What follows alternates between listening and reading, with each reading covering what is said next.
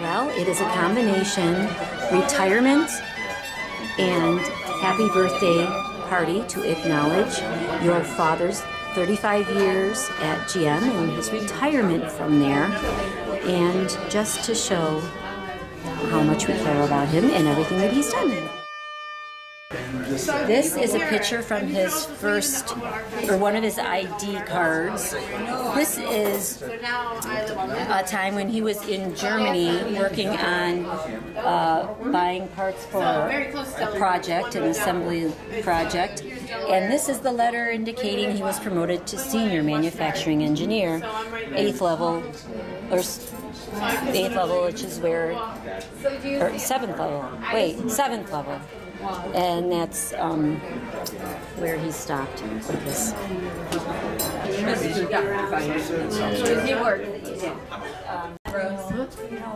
What do you like about Dad? He made me. That's pretty cool. He gave me the ability to like anything about anything by existing. So. Oh, he's a good man. He's always friendly to everybody. He's funny. He makes sausages with me, and he's very nice. And he invited me to his birthday. Well, he's a great guy. I mean, yeah, he's great. Did Mom ever bring him home and you were like, oh, I don't approve of this one? I said, you want me to straighten this guy out for you before you? My dad is smart and he supports me. And he's adventurous. And teaches me how to change the oil in my car.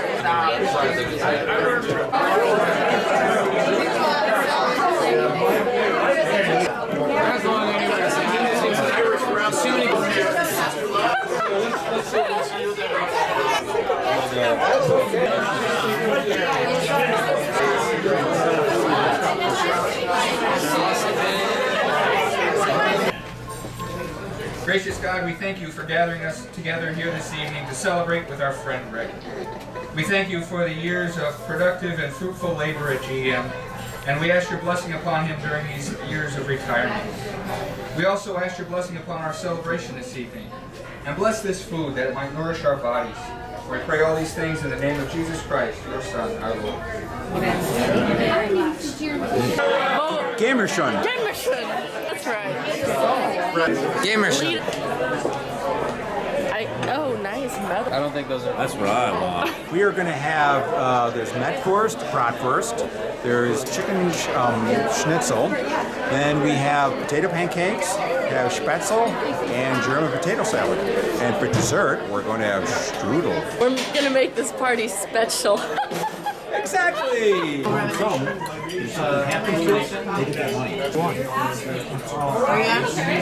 What's more of that chicken, man? That fried chicken.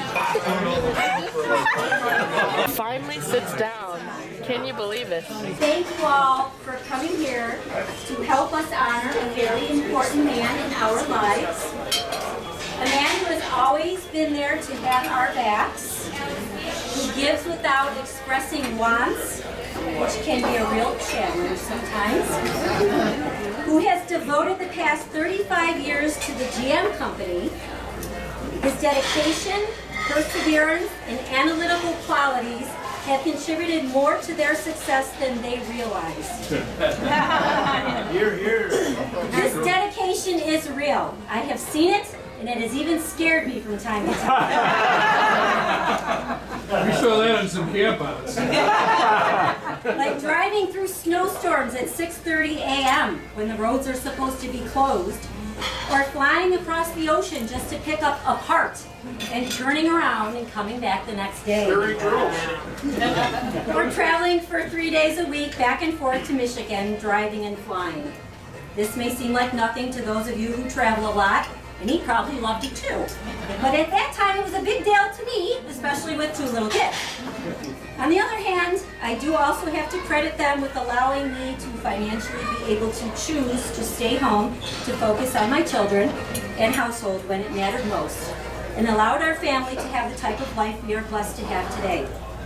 Not to mention that if it weren't for Rick accepting the job and coming to Buffalo, we would have never even met. Oh. And the last 29 years would have been very different for both of us. I am thankful to them for their part, as well as others who were instrumental in that scenario. And you know who you are. I have to thank my mother-in-law and my late father-in-law for raising a man that I am so lucky to have in my and our children's lives. Even though that engineering quality sometimes gets a little challenging. So you may ask, he's only 56. He's not really retiring, is he? Well, not totally, but it seems like the end of an era. I felt it was a good time and about time to recognize and show him how much he means to all of us, and especially me, for taking care of me and our children and everyone around him. We love you, Rick. So now we're going from our own.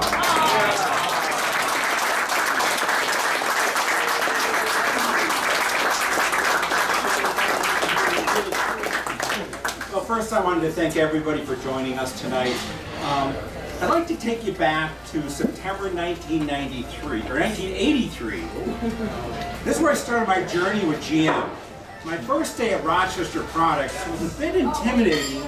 Meeting my first boss was John Hausman in a suit. And he kind of asked me, he said, "Are you going to a wedding or something?" So at that point in time, I realized I'm in for quite the adventure. So my rotation took me through product engineering, quality, operations, and exposed me to a lot of the different aspects of GM. Then I transferred to the Tonawanda Chevy plant, as it was known at that time, back in June of 1985. Fred Wilbur was my first boss, and he introduced me to the group of tool engineers, which I was going to be handling all the abrasives. Now the abrasives, that's the stuff that grinds, that polishes, that hones, and things like that. On my first day, I can remember that he dropped me off on the Mark IV Hones to learn the job about abrasives. Well, let me tell you, the job is about finishing cylinder bores, which are the internal parts of the engine. Well, if you can imagine that this job was located directly over a coolant system that had kerosene oil flowing underneath it. I went home that night smelling like kerosene and wondering, what did I get myself into? It was unbelievable. He next gave me a challenge to work with some German engineers on a new honing process. But, he says, don't tell them that you can understand German. So I kind of monitored what they were talking about for about a year until one day I slipped up and said something back to them in German. The look on their face was priceless. So after that, then I got assigned to an 04 block job in the maintenance department. This was my first experience supervising skilled trades on the floor at Ditchy. So my first week kind of had me getting involved with a project where I was handled a pile of blueprints and some parts and said, go ahead and convert this job over for an upgrade. I had no clue of what I was doing, and it was quite the challenge saying, what am I going to do here? Thank goodness the trades guys kind of knew what was going on. So after about 9 months of that, I moved over into manufacturing engineering, where I was going to be a project engineer, buying a whole new line of equipment for a V8 block job under the direction of Dennis King. Now here I was involved with building one of the first lines that at least Tonawanda had that was flexible to build different products on the same line. So that was kind of a neat innovation that we worked on together with the builders that really kind of felt proud of. Now, my career continued on with various jobs, processing, making crankshafts, making pistons, making rods, other items of that nature, and also got me a chance to work over in St. Catharines. St. Catharines is an interesting experience because it was an engine factory, but they had a little different outlook on the roles and responsibilities and how they made their business, which was kind of enlightening, and again, kind of taught me some different things. So after that, I returned back to Tonawanda to join the LA50 job, the team, in 1995 when Dan was going to be born. So again, I got involved with a launch there that was a global program. Now this was the first global program that we had Pontiac engineers German engineers from Opel, Lotus engineers from England, and us from Tonawanda working together to make a manufacturing system. Something we'd never done before, and it was kind of challenging because sometimes you didn't know who was kind of calling the shots because the Germans kind of had their preferences and the Americans had our preferences, and you worked the English guys into it. So it was quite a challenge trying to figure out, who was calling the shots and how it worked out. But it was all part of the project that really kind of got me into becoming a world traveler and visiting Europe for about every 2 to 3 months for about 3 years. Well, one memorable trip, I'm going to embarrass one person, Tony Moreno. He approached me one Friday morning and he said something to the effect of like, "What are you doing this weekend?" And I said, "Well, what's that?" He says, "Pack up your bags. We need you to go fly to Germany and go get some tools." So this is like at 10 o'clock in the morning.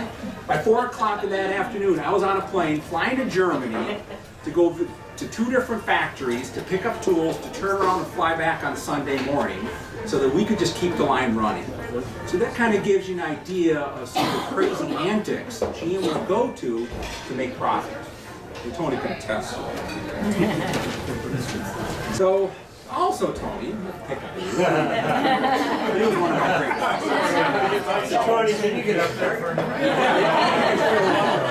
So Tony was also the person that kind of got me involved with the L850. Now the L850 was just the name of a project because it happened to be the 850th project that Lotus did, so it's called L850. So he got me kind of the position as Mr. L850 Rod Man. And what that is a connecting rod. He got me involved into doing basically everything into manufacturing a connecting rod. So whether that be in operations and maintenance and gauging and tooling and everything, I was kind of the rod man, even though I know Jack Rodman is really. So I had all the aspects of making the connection rod, including having the pleasure of getting calls in the middle of the night on second shift saying, "Rick, you're the rod man, how do we fix this problem?" Which I know Barb can attest to, that Chester used to call me all the time. Oh yeah, Chester. Trying to call for help to get the machines running.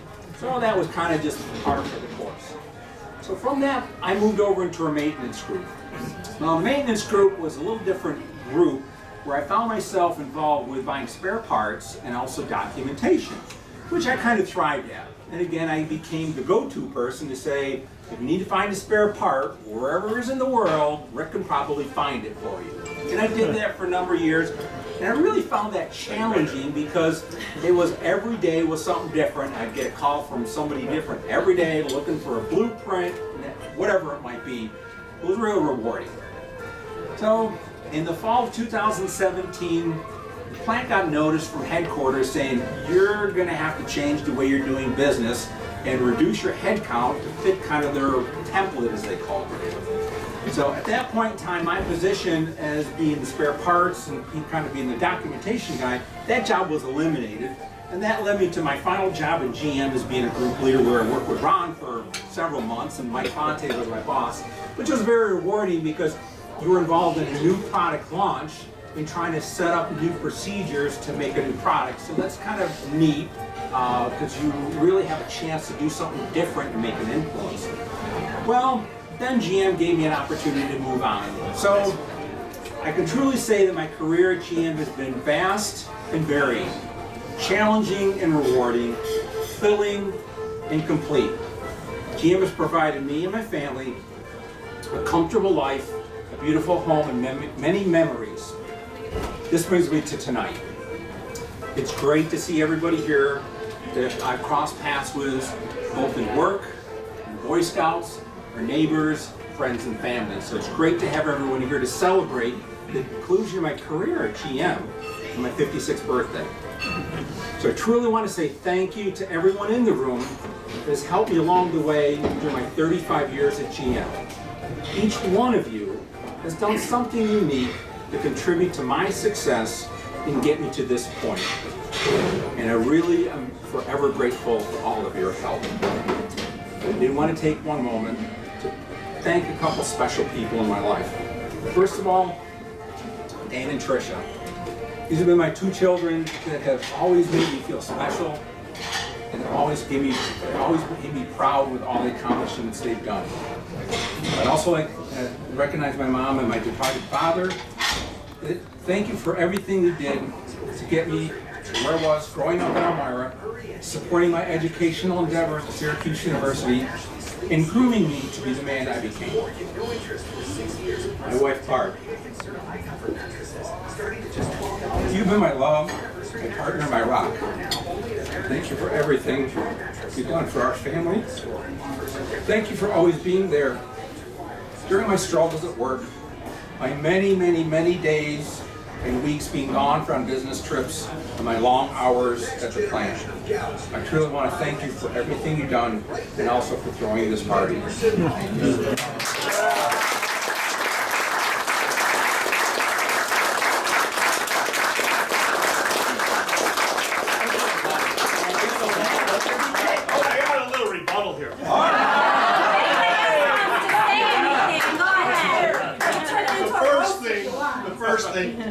He did volunteer to go to Europe for a weekend to pick up $8,000 worth of drills. So look at it from the standpoint, your frequent flyer miles. But I want to say, from the bottom of my heart, thank you. Because whenever I would ask Rick to do something, or I needed help, he was there. Always there. He's the absolute most gentleman. Raise your glass. Thank you. Thank you, Rick. I have one story that I think his mother needs to hear.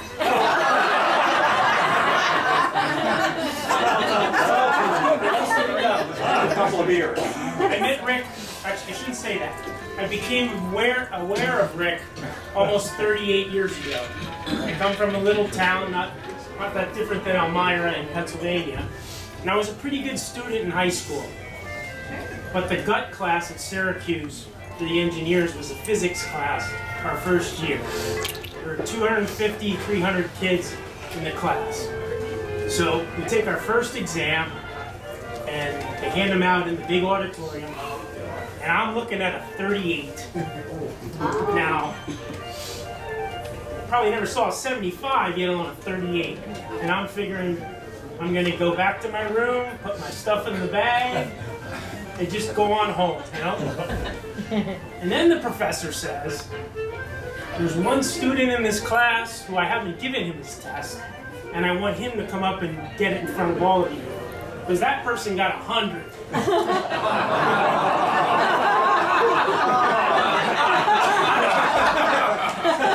Forgive me! So he gets up, and I'm watching him walk down, and I'm thinking to myself, he is the smartest mother in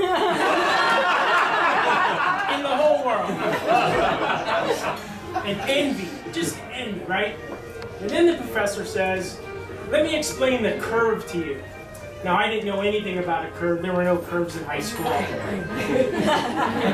You were the curve. Now, that's the end of the joke. I got a C. And then he explained how the curve went. But I was smart enough to figure out what that meant. You cost me a B+.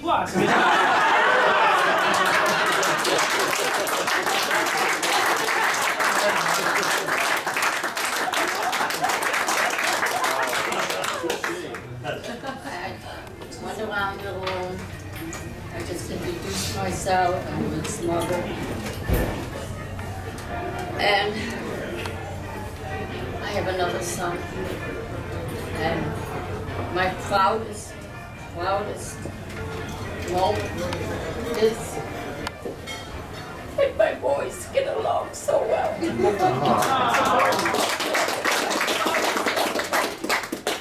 I had a brother who I did not get along. He was not the kindest. And when he was supposed to be born, I wanted a girl for me.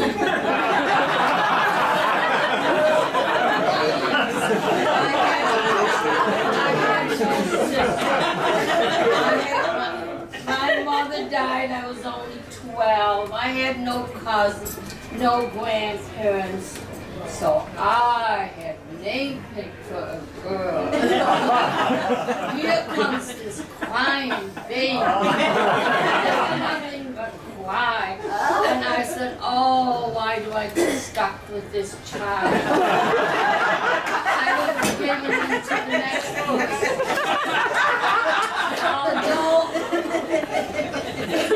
My oldest son never cried at this one.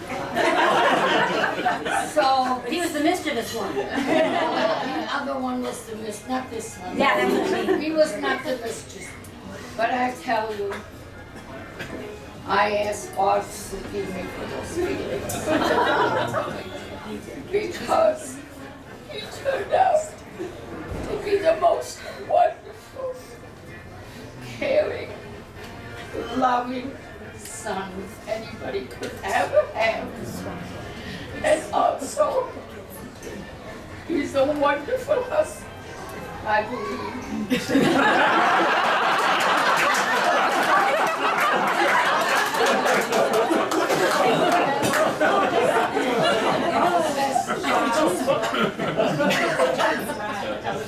And it was, he's just a well-rounded, and I've always encouraged both of my sons to get along. I have to confess, they did not argue. I don't ever heard them in my presence that they said, shut up to one another. So they did things together. They went both to the same Syracuse University. They both went to engineering. They both were Eagle Scouts. So they did things together, which was all, I never dealt much with boys, so I didn't know.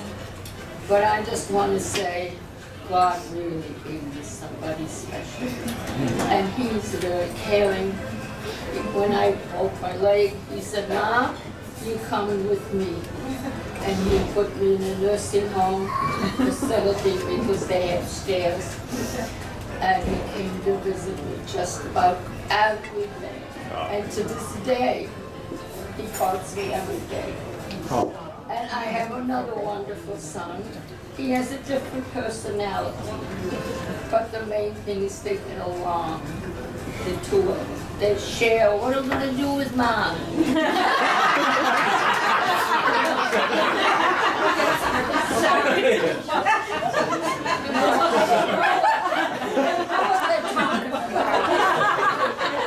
So they both came back to Elmira and made sure that I wouldn't fall because I had a problem, didn't walk well.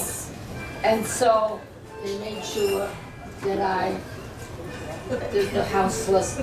But I wanted to go back to the house that my husband built, and he carried me there as a bride in 1960. And the boys both were raised in that home, and I was comfortable there, and that was my desire. Maybe someday I have to move, but I was not ready at the same time.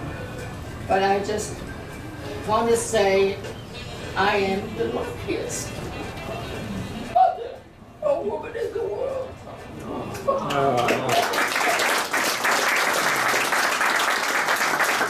We have a lot of former scouters here from Troop 457, and it was my privilege to have Rick in the troop for many years. As a matter of fact, when I became Scoutmaster, the first thing I did was start to look for my replacement.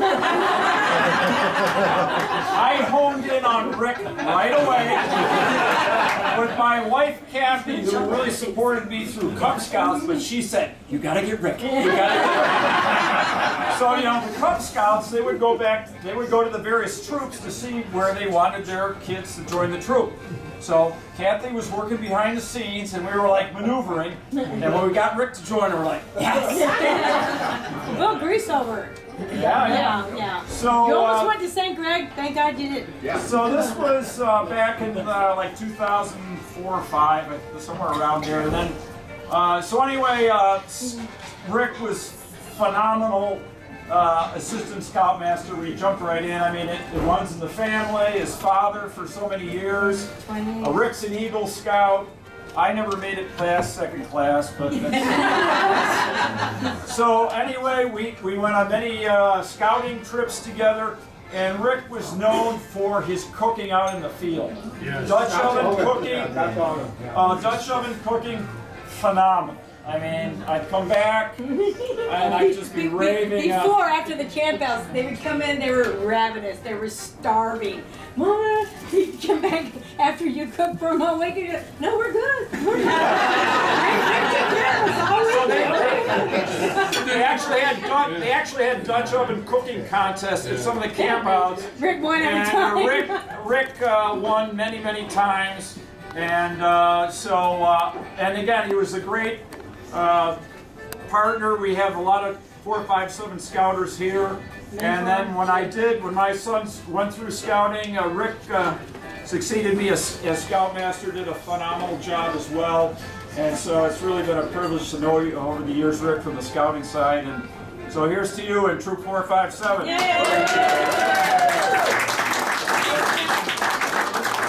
Now, he told a little story. Because Bill's real interest was not your leadership abilities, because we had other people that could lead, but no one could cook like that.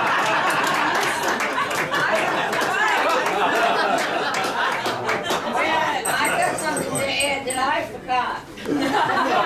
When he was a little fella, everybody was playing out in the sandbox. He was maybe 3 or 4 years old. We had a garden. I picked beans, and then we were going to have the beans for supper. So I could give him a little paring knife. I showed him how to cut the beans, and he would look. I would cut them. Some got a little bit bigger, some got a little bit smaller. Rick, Mom, this is too long.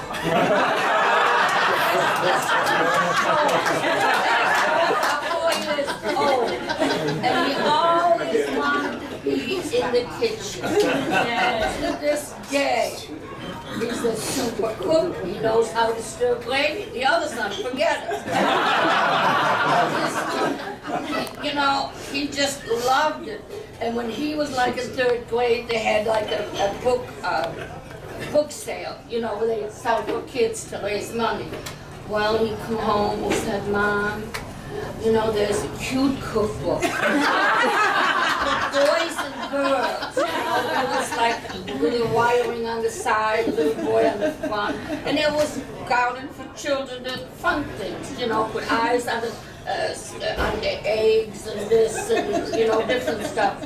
He says, do you think I could get that? I said, you don't think the kids think I'm going to be, you know, it's not sissy. I said, no, I tell you, the best chefs are men. I said that. So off he went. And you know, when Bob, we had a shower at our house, I wrapped that book up. And I gave it to Bob. Yes. Another shower of that book. And I think the kids, her kids, used it because it was fun. It might be in the pantry. Yeah, it is in the pantry. And I also gave Barbara a orange. You know, when you could slide the things out, the recipe book, all the favorite things. So sometimes if I'm there and I want to make something, I quickly look in that book. I said, I remember giving her that recipe. So, you know, just the dimensions. Because when you're doing it not on a regular basis, you forget like how much milk or, you know, it's that type of stuff. So yeah, he learned in the kitchen. And so he just was always there in the kitchen, and if I say stir the gravy, he did not cook. Let me tell you, whenever he offers to cook at our house, it's always that big group kind of stuff. You know? Like, chili or stew or that's not a healthy meal. The good stuff, right? We're trying like what, organic sausage. Sausage food truck. The food truck? Yeah, the food truck sausage. How about your sous chef? That's So I guess many of you can figure out now that obviously food is an important part of my life, but also you think about in your lives as far as how it gathers people together like we are tonight. So I guess I've always enjoyed it, and to Bill's point, you know, it's kind of a challenge to me to be able to say, okay, how can I make a good meal out in the middle of the woods that everyone's going to be happy with? So that's kind of, again, a challenge was thrown my way to say, I'm going to master this thing and make people happy. So And you did. I loved it. And how can you make a donut frosting out of bug juice? Or like, for example, I think that my first summer camp experience, they had a contest about making donuts. So they said, all right, you bring whatever your ingredients. So here I am in camp trying to figure out, okay, they give you the dough, but beyond that, they don't do anything for it. So I'm looking through the troop trail, I said, now what can I make for a donut? You know, what kind of a donut can I make? And something different. So all of a sudden, I don't know how many of you are familiar with bug juice, but it's basically Kool-Aid. I said, you know what? You know, you need some good frosting on a good donut. So I said, well, how can I? So I figured out, okay, so if I take bug juice with some water and creamer, I can make my own frosting, and that's what I did.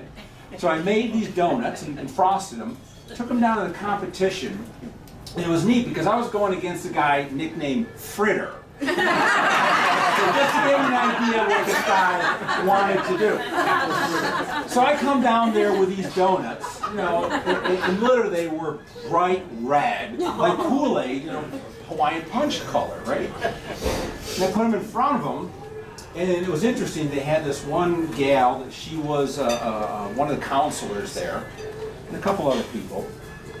They all take a bite into my donut, and just the expression on her face, she takes a donut.